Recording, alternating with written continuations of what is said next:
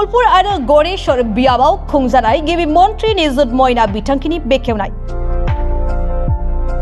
आसाम सोरखारनि थांखि गोनां गाहाय बिथांखि गिबि मन्त्रिनि निजुत मयनाखौ जोबोद गोसो गुदुङै बेखेवना होबाय। बे बिथांखिनि थांखिया फरायसाफोरनो मख'जाथाव राङारि अनसुंथाइ होनाय, बिसोरनि गासै जौगानायखौ रोखा खालामनाय आरो बिसोरनि इयुनखौ रैखा खालामनाय। बे हाबाफारियाव गोदानै दाजानाय तामुलपुर जिल्लानि सिङाव थानाय गासै फरायसालिफोरनि सा 1477 फरायसाफोरनो बे आसनिखौ राननाय जादोंमोन।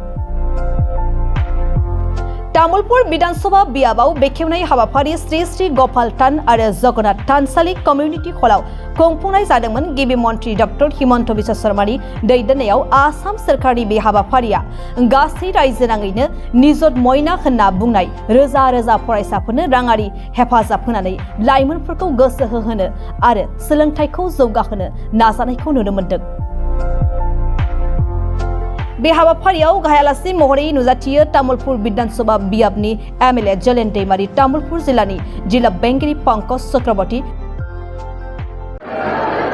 আজি সমগ্ৰ অসমত আমাৰ হায়াৰ ছেকেণ্ডাৰীৰ পৰা লৈ আমাৰ পিজিত লাগি যি ছাত্ৰীসকলক নিযুত মইনা ই বিশাল আঁচনি আজি প্ৰথমবাৰৰ কাৰণে চেক বিতৰণ কৰিলে।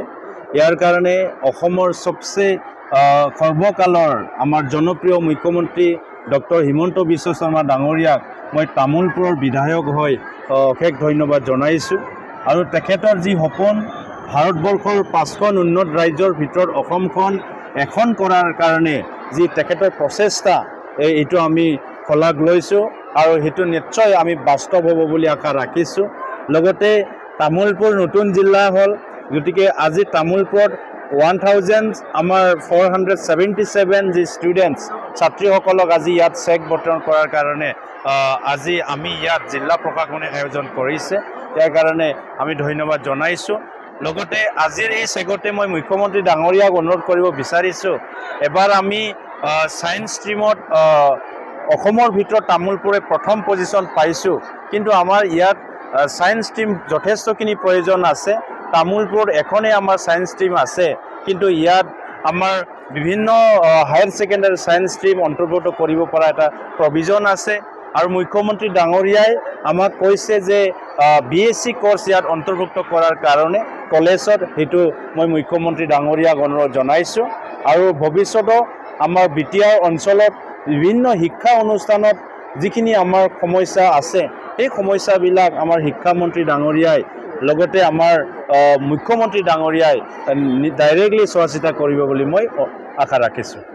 দুটা স্থানত দুটা আমাৰ বিধানসভা সমষ্টিত উদযাপন কৰা হৈছে এই কাৰ্যসূচী, আমাৰ তামুলপুৰত আৰু গড়েশ্বৰত।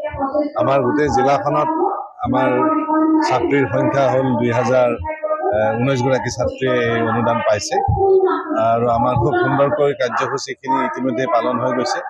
আৰু আমি আশা ৰাখিছোঁ যে এই অনুদানৰ জৰিয়তে ছাত্ৰীসকলৰ মাজত যি উৎসাহ উদ্দীপনা আমি দেখা পাইছোঁ, এই ক্ষেত্ৰত আমাৰ শিক্ষা ব্যৱস্থাত এক নতুন মানদণ্ড আৰু এক শক্তিশালী ৰূপত তেওঁলোকে আগবাঢ়ি আহিব পাৰিব।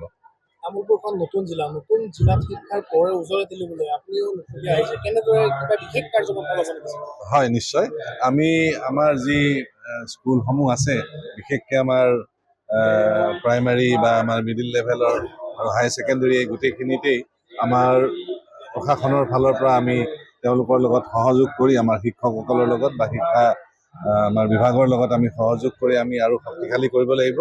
আমাৰ ক্লাছবোৰ যাতে আৰু ভালধৰণে আমি কৰিব পাৰোঁ, আমি যাতে মানৱ সম্পদ সৃষ্টিৰ ক্ষেত্ৰত আমাৰ যিসকল আমাৰ বিষয়া আছে, মেজিষ্ট্ৰেটসকল আছে, তেওঁলোকেও আমি এতিয়া জোন হিচাপে আমি ভগাই ল'ম আৰু তেওঁলোকেও কিছু আমাৰ খুব ফ্ৰেছ আমাৰ মেজিষ্ট্ৰেটসকল আছে, নতুনকৈ চাকৰি কৰিছে, তেওঁলোকে সেইদিনাখনলৈকে কলেজত পঢ়ি আছিলে আৰু তেওঁলোকেও মন কৰিছে যে তেওঁলোকেও এই ছাত্ৰ ছাত্ৰীসকলৰ মাজত পাঠদান কাৰ্যসূচীত যোগদান কৰিব। আৰু মই ভাবোঁ যে এনেকুৱা ধৰণৰ আমাৰ বিষয়াসকলৰ যোগদানে পাঠদান কাৰ্যসূচীত ল'ৰা ছোৱালীখিনিক অনুপ্ৰাণিত কৰিব।